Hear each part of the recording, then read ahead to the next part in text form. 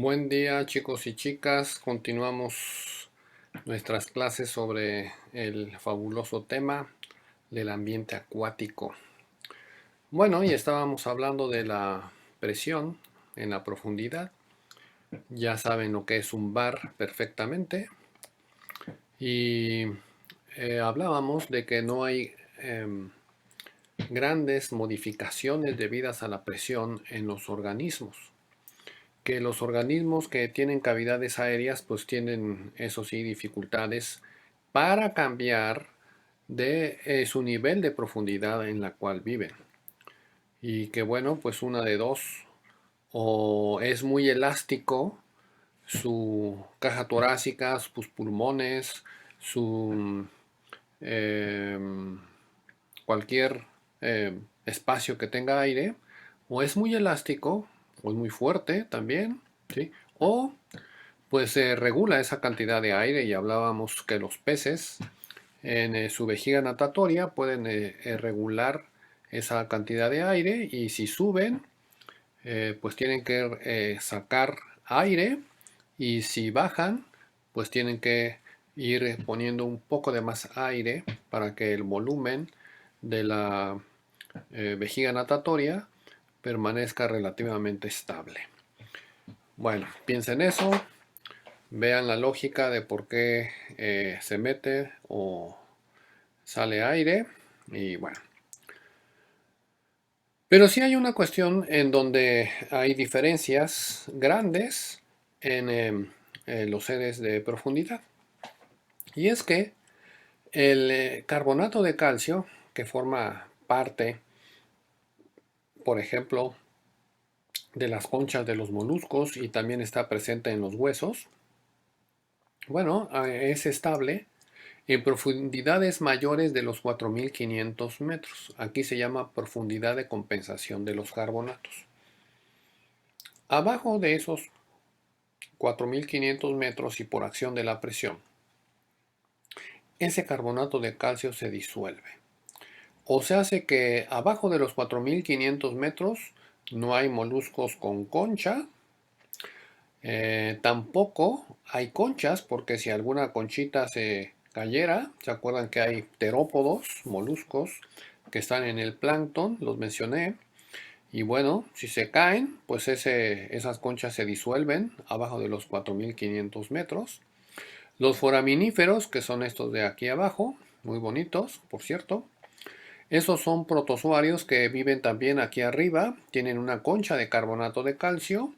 Para no hundirse, forman toda una red de pseudópodos especiales. Luego van a ver de qué se trata y en el tema de los protozoarios.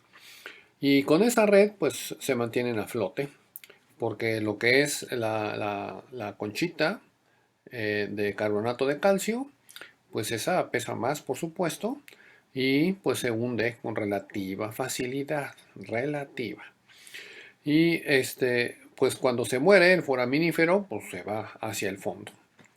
De hecho, antes de los 4500 metros, hay lugares del mar, alejados de las costas, donde eh, hay lodos, o sea, arenita de foraminíferos. Y cualquier depósito de caliza, formada de carbonato de calcio, desaparece después de los 4500 metros.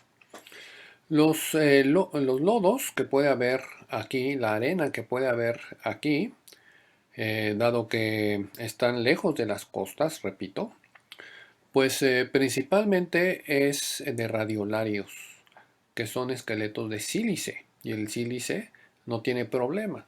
Cuando se mueren los radiolarios, aquí en la parte superior, pues esa esqueleto de sílice se sedimenta, va cayendo hasta que se deposita acá. Es lo que hay en muchos sitios, no en todos. Pero bueno, eso es una cuestión que sucede con las conchas, pero también sucede con los huesos. Y entonces los peces que viven buena parte de su vida abajo de los 4500 metros, ¿sí? Si de repente baja, pues seguramente que va a tener algún problema, pero si está poco tiempo, no sé si eso suceda, por cierto, pues no tendrá tanto problema. Pero los que viven aquí abajo, ¿sí? Pues su esqueleto no está entonces formado por huesos porque no se puede eh, depositar el carbonato de calcio en esos huesos. Entonces el esqueleto es principalmente de cartílago y muchas veces es un esqueleto incompleto y de cartílago. Entonces, eso sí es un aspecto en donde se modifican los animales a profundidad.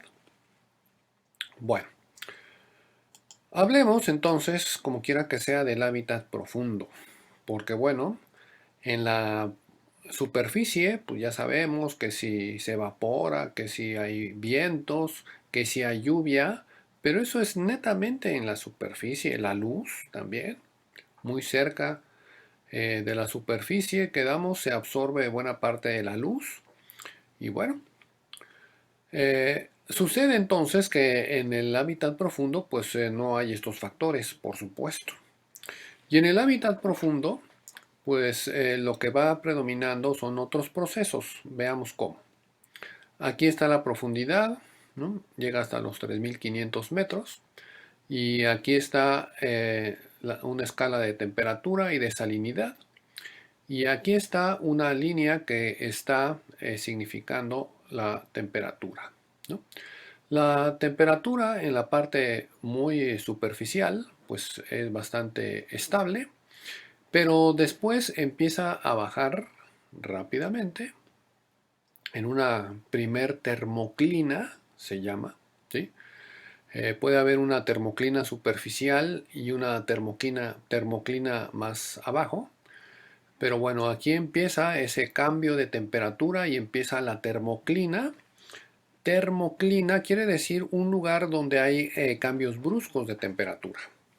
Y entonces hay una parte superior a la termoclina, luego está la termoclina y una parte inferior a la termoclina. Pero bueno, va bajando la temperatura rápidamente. Ya por ahí de los 200 metros, pues hay más o menos, ¿no? Hay 5 grados centígrados, ¿no? Por ahí de los 1000 metros, estamos hablando de los 3 grados centígrados aproximadamente, y va bajando. Bueno, aquí en estas profundidades, por cierto, ya se mantiene bastante estable la temperatura. Así que, bueno, pues la base de la termoclina estará en este caso alrededor de los 500 metros. Otro comportamiento es la salinidad, aquí en rojo. Esa salinidad es menor en general en las partes superficiales. Por supuesto, esta es una medición hecha en un punto del mar. No siempre es exactamente igual, pero en general es así. Y entonces, bueno, pues aquí hay menos salinidad y va rápidamente subiendo ahora la salinidad. A eso se denomina aloclina, que es una zona de cambio relativamente brusco de la salinidad. Y entonces la base de esa haloclina pues puede estar por ahí de los 700, ¿sí? O hasta inclusive los 1000 metros en algunas partes del mar. Y fíjense ustedes entonces que en la profundidad hay temperaturas más bajas y salinidades más altas, y eso corresponde, por supuesto, a aguas más densas. Por cierto, aquí también entonces, junto con la termoclina y la haloclina, hay también un cambio brusco en la densidad. Y ese cambio brusco en la densidad, esa zona de cambio brusco en la densidad se denomina pignoclina, que no está aquí señalada, pero bueno, se las estoy diciendo. Decía yo hace algunas clases que hacia esa pignoclina, bueno, no lo dije así, pero bueno, ahí donde está cambiando fuertemente la densidad y hacia la base de esa pignoclina, aquí sería alrededor de los 700 metros, puede llegar en algunas zonas a los 1000 metros, a la base de esa pignoclina, hay una cantidad importante de material que se va sedimentando de fitoplancton y de zooplancton, ¿sí? Que aquí, por ser más densa el agua y más viscosa, se detiene en su velocidad de caída, en su velocidad de sedimentación. Se hace muy pequeña esa velocidad. Y entonces aquí es donde hay gran cantidad de materia orgánica en el mar, ¿sí? Y entonces pues hay bacterias que consumen el oxígeno y se forma entonces aquí una zona de poco oxígeno. Pero bueno, tenemos, espero, ya claros el comportamiento de salinidad y temperatura conforme la profundidad. Aquí en esta otra gráfica, esta es el oxígeno disuelto. Y entonces, pues en la superficie hay una buena cantidad de oxígeno disuelto, se reduce bastante. Esto, por supuesto, corresponde también a la pignoclina, ¿sí? Es una zona amplia y hay un punto en donde hay un mínimo de oxígeno. Aquí es donde habría la mayor cantidad de materia orgánica que se está ahí quedando suspendida y obviamente acción bacteriana y toda esa cuestión. Puede ser inclusive una zona anóxica, ¿sí? Y todo esto es zona de mínimo oxígeno, pero aquí a esta profundidad es donde está el mínimo, realmente el mínimo. Así que el oxígeno baja por ahí de los 700 metros, pues puede tener un mínimo y luego el oxígeno sube. Y las aguas profundas tienen una cantidad, ¿sí? Suficiente de oxígeno. Así que los organismos en la profundidad no tienen que estarse preocupando por niveles bajos de oxígeno. Luego, esto de aquí sigue siendo otra vez la temperatura, esto la salinidad. Bueno, pero hay una cuestión también muy importante. Con la profundidad van cambiando también los fosfatos, silicatos y nitratos. Estos son nutrientes del fitoplancton. Son nutrientes indispensables para que se realice la productividad primaria, la fotosíntesis. Y entonces, bueno, los fosfatos, los silicatos y los nitratos, se ve, tienen sus mínimos hacia la superficie. ¿Por qué? Pues porque a esas zonas superficiales es donde ocurre la mayor cantidad de fotosíntesis. Y esa fotosíntesis utiliza esos nutrientes. Así que hay poco nutrientes en la superficie del mar. Y luego va aumentando. Aquí alcanza su máximo también, pues con la parte ahí de la zona de mínimo oxígeno. Y luego hay una cantidad importante de fosfatos hasta la profundidad. Claro que aquí todos estos fosfatos pues no se pueden utilizar para la fotosíntesis de ninguna manera, pues porque no hay luz a esas profundidades, definitivamente. Entonces, las zonas, fíjense bien, las zonas en donde por dos procesos principales, vamos a hablar de uno, pero dos procesos principales, esta agua de aquí puede subir hacia las zonas superficiales, ¿sí? Esas zonas donde ocurren esos procesos son altamente ricas en vida. Tienen una productividad eh, primaria muy alta, tiene cadenas de alimentación muy cortas, eso no lo vamos a explicar, pero me lo pueden explicar en la clase de Zoom, en la parte de Zoom. Y entonces hay muchos peces y son zonas muy importantes en las pesquerías.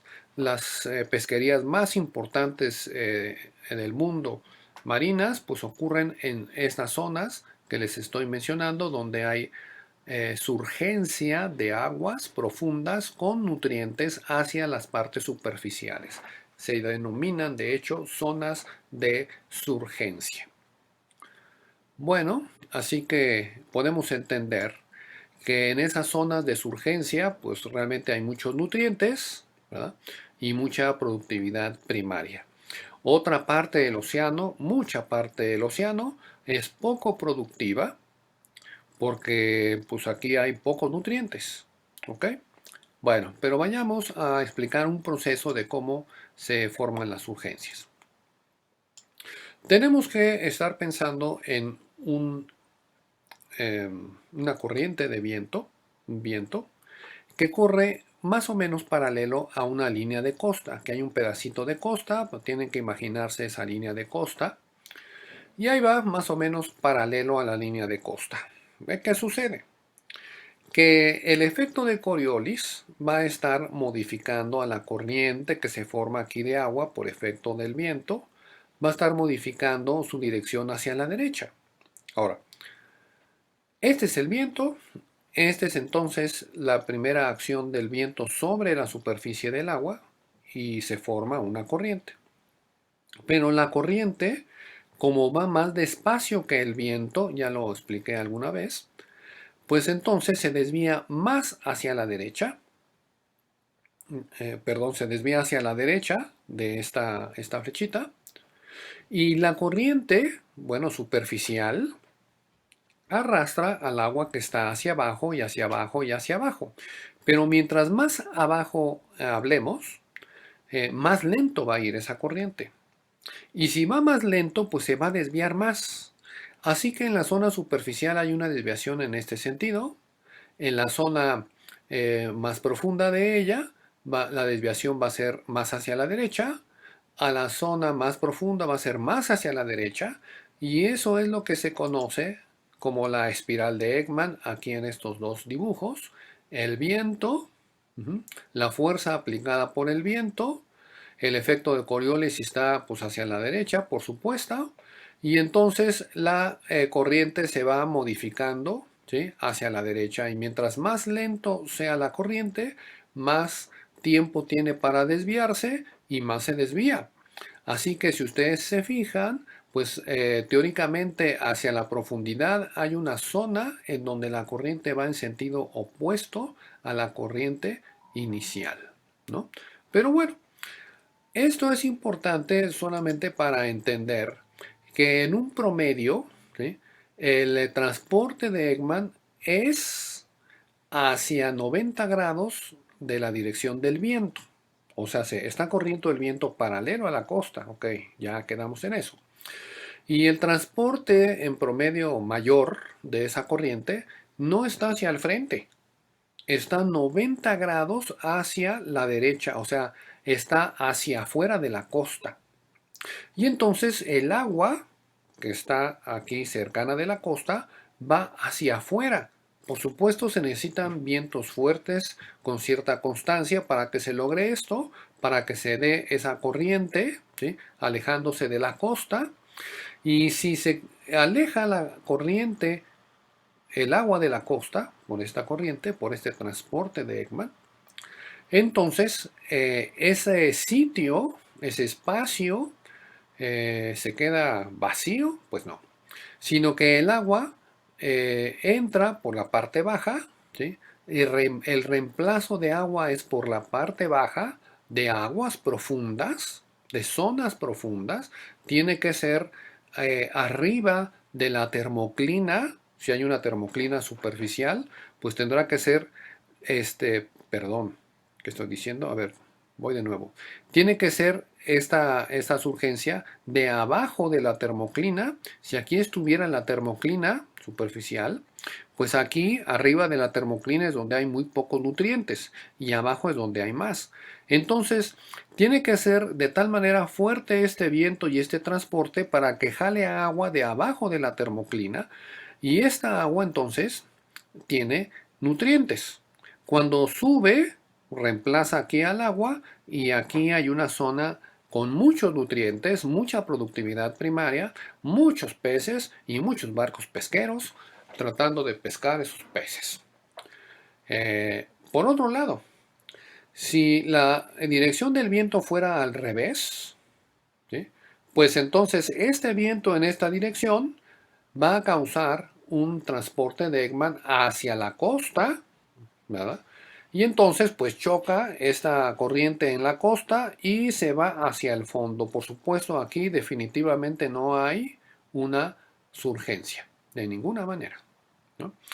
Les recuerdo que alguna vez les comenté que una zona de pesquería es muy importante. Creo que no lo dije así, pero bueno. Una zona de pesquería muy importante ocurre en la corriente de Humboldt o corriente del Perú.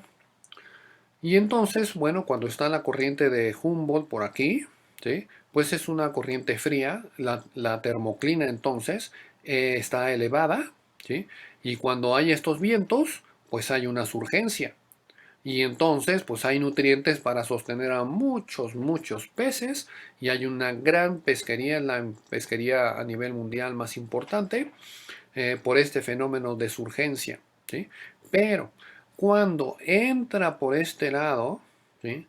La corriente del Niño, que es una corriente cálida, la termoclina entonces se baja.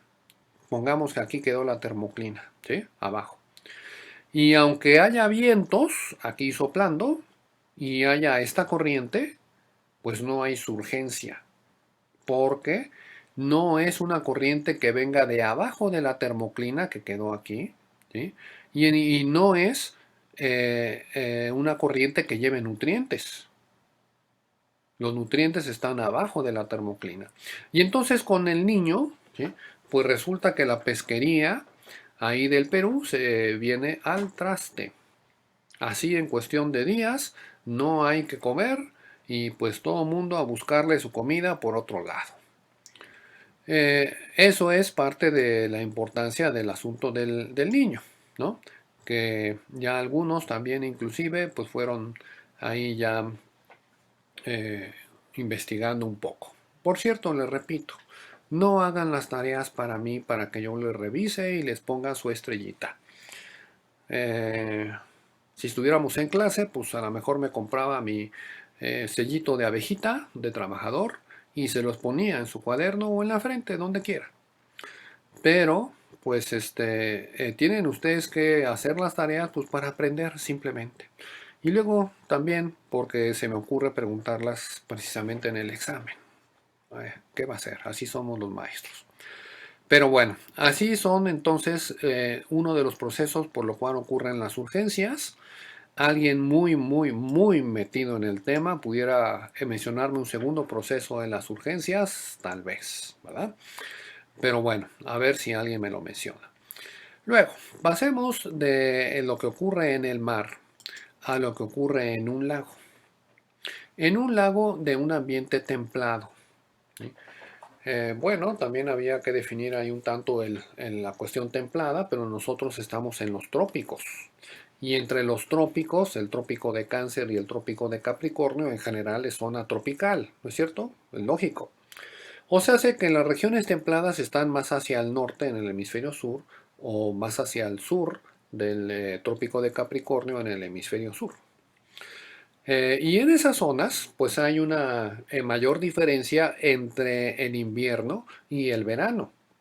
Pongamos que esta es una zona muy alta, igual por ahí por el norte de Estados Unidos, y por ahí por el norte de Estados Unidos, pues sí se congelan en invierno los lagos. Bueno, pero entonces, bueno, partamos de aquí. En invierno está la capa de hielo, ¿no? Hay 4 grados centígrados hasta el fondo, ¿se acuerdan de esa situación? ¿Sí? Y entonces, bueno, pues por más que sople el viento y demás, esto no cambia, sigue igual todo el invierno, puede haber aquí menos 25 grados centígrados y aquí va a haber 4 grados centígrados. Tal vez la capa de hielo, por supuesto, se haga más grande, pero acá el agua líquida, pues es 4 grados centígrados en general hasta el fondo. Puede haber una capa muy delgada aquí con menos de 4, pero bueno. Eso es en invierno. Para primavera, ¿qué sucede? Pues se eleva la temperatura, se eleva la luminosidad, la radiación del sol. Entonces, al elevarse la temperatura, se rompe el hielo, se quita el hielo y vean que hay un movimiento del agua. Hay una mezcla de agua, ¿sí? Y entonces, ¿sí? Pues no hay ni termoclina y se empieza a formar, fíjense ustedes, una gradación de temperatura porque el agua superficial se empieza cada vez más a calentar. Y si se va, si se va calentando más y más, pues se forma una termoclina porque se calienta la zona superficial, no la zona profunda. Entonces, se forma una termoclina hacia el verano, ¿no? Esta es la zona de termoclina o también llamada metalimnio, ¿no? Eso de limnio, limnológico, limnético, etcétera, se refiere a aguas dulces en general. Bueno, así que está entonces aquí la termoclina o metalimnio y hay una zona superior a la termoclina o epilimnio. Esta zona superior de la termoclina tiene menos densidad, por supuesto, tiene más temperatura. Aquí hay una mezcla de agua hacia abajo, pero en general solamente en la termoclina. Tendría que haber un viento muy fuerte, una zona, una cuestión así, un poco fuera muy fuerte, pues, de lo común, ¿sí? Para que la termoclina se pudiera remover o hasta romper, ¿sí? Pero en general, las corrientes que forma el viento no son muy profundas y no llegan entonces a estar rompiendo la termoclina. Por cierto, hace como unos 40 años más o menos, andaba yo nadando plácidamente allá en Michoacán, en Pátzcuaro, y bueno, se me ocurrió ver el agua muy de cerca y andaba yo por ahí. Y entonces, curioso que cuando yo trataba, digamos, de pararme o estaba vertical en el agua, eh, con los pies, realmente se sentía frío. O sea, se estaba bajando de la termoclina y se sentía frío. Si estaba yo ahí de muertito, como dicen, horizontal en la superficie del agua, pues se sentía más calientito, definitivamente, ¿no? O sea, hace que la termoclina ahí pudiera estar como a 1 metro más o menos, ¿no? Esa termoclina, pues no es como esta. Acuérdense que esto es de un lugar templado, ¿no? Y entonces, bueno, pues aquí sí se forma una termoclina más amplia y seguramente más profunda, pero en estos lagos eh, tropicales, pues puede formarse en algún momento una termoclina y con un efecto similar, ¿no? Pero bueno, entonces, fíjense ustedes, en verano hay una fuerte termoclina y no hay una mezcla de aguas profundas y de aguas superficiales. Por lo tanto, en el verano tiende a bajar la productividad primaria de un lago, porque pues hay mucho fitoplancton, hay mucha luz, ¿sí? Pero pues los nutrientes que aquí estaban todos mezclados, ¿verdad? Los nutrientes que había aquí arriba, pues se acaban, se desaparecen o bueno, simplemente son menos y se reduce la fotosíntesis y por lo tanto la productividad primaria. En el otoño, pues sucede que el viento ahora viene frío, ¿sí? Empieza a enfriarse la capa superficial, se rompe la termoclina, ¿sí? Y empieza una mezcla y pues se puede inclusive elevar un tanto la productividad primaria, pero pues ya en el otoño ya no hay tanta luz y bueno, pues llega el invierno y hay muy poca luz, etcétera, etcétera, y se cumple el ciclo que está aquí representado. En un lago o presa que ande por aquí, por Querétaro inclusive, pongamos la presa del Batán, ¿no? Pongamos que hay una profundidad de 30 metros en la presa del Batán, yo creo que es posible, tal vez 40, no lo sé. Bueno, y entonces, en esa presa, aunque no sea una presa de una zona templada, ocurre una termoclina. ¿Por qué? Porque en general son sitios con muy poco movimiento de agua, ¿no? Está estancada, ¿sí? Y puede darse en el verano una termoclina, y bueno, y cuando eso sucede, en cualquier tipo de cuerpo de agua, los peces están aquí arriba. Ujú. ¿Por qué? Pues porque aquí abajo, ¿sí? Llega a existir eh, menos oxígeno. Menos oxígeno, porque aquí hay más materia orgánica, hay mucha materia orgánica que se va depositando, ¿sí? Aquí, y pues igual con las bacterias van haciendo su metabolismo, van consumiendo ese oxígeno y se queda con poco oxígeno, los peces no pueden pasar hacia acá. Y si esa termoclina no se rompe, pues significa que hay una barrera entre el epilimnion y el hipolimnion, ¿no? Y aquí abajo, pues no se van a asomar los peces porque hay poco oxígeno, ¿no? En una presa, por cierto, por ejemplo, en la presa del Batán, eh, sucede esto parecido. Yo estuve cuando se estaba llenando la presa del Batán. Por cierto, todavía conocí los manantiales que estaban muy cerca ahí de la... Bueno, se cubrieron con el agua de la presa.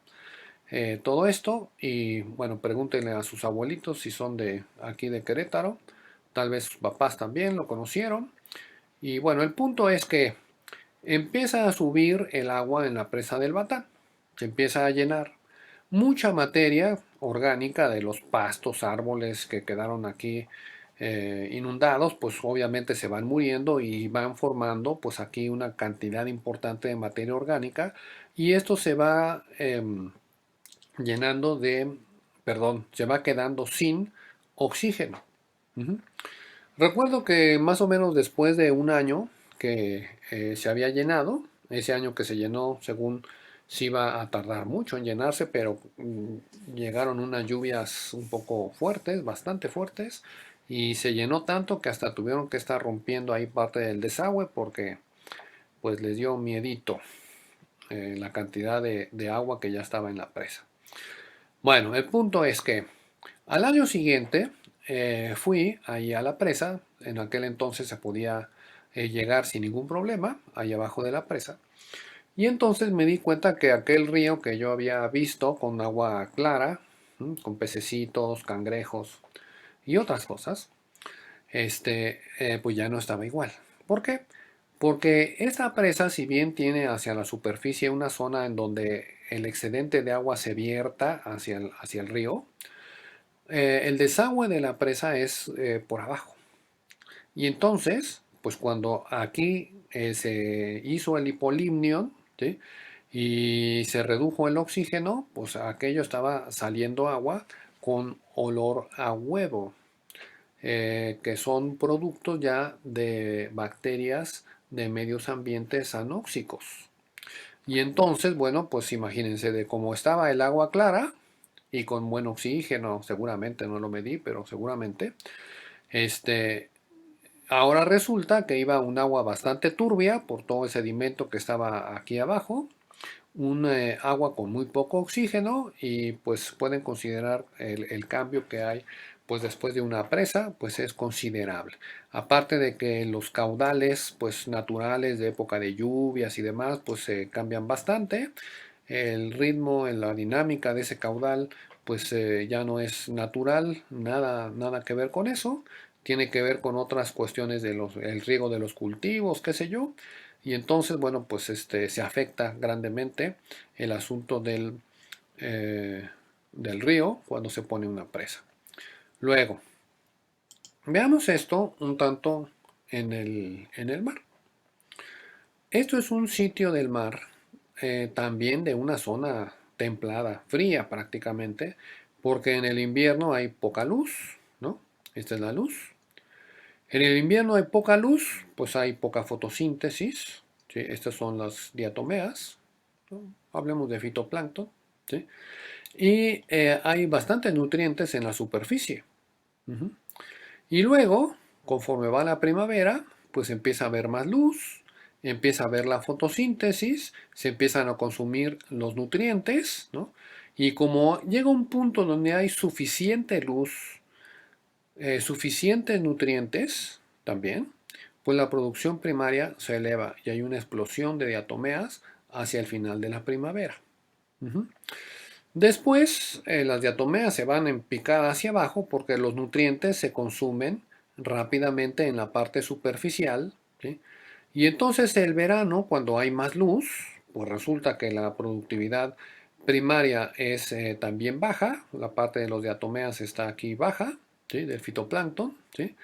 Pues porque los nutrientes son muy pocos. Y luego, pasando el verano, pues con los vientos y que se va enfriando la capa superficial un tanto, ¿sí? pues hay un nuevo repunte, ¿sí? Eh, del fitoplancton, perdón, un repunte en los nutrientes, un repunte en el fitoplancton, ¿sí? Y pues ya en el otoño, pues la luz va hacia abajo, ¿sí? Y entonces el fitoplancton va hacia abajo y los nutrientes hacia arriba. Por cierto que también aquí se ve un pico de zooplancton posterior al de fitoplancton, pues obviamente este zooplancton está comiendo a este fitoplancton y después, pues cuando disminuye el fitoplancton, pues también va bajando el zooplancton. Todo este asunto por los nutrientes, la luz y toda esa dinámica que les estoy comentando. Bien, pues aquí dejamos la clase. Ya nos veremos la próxima.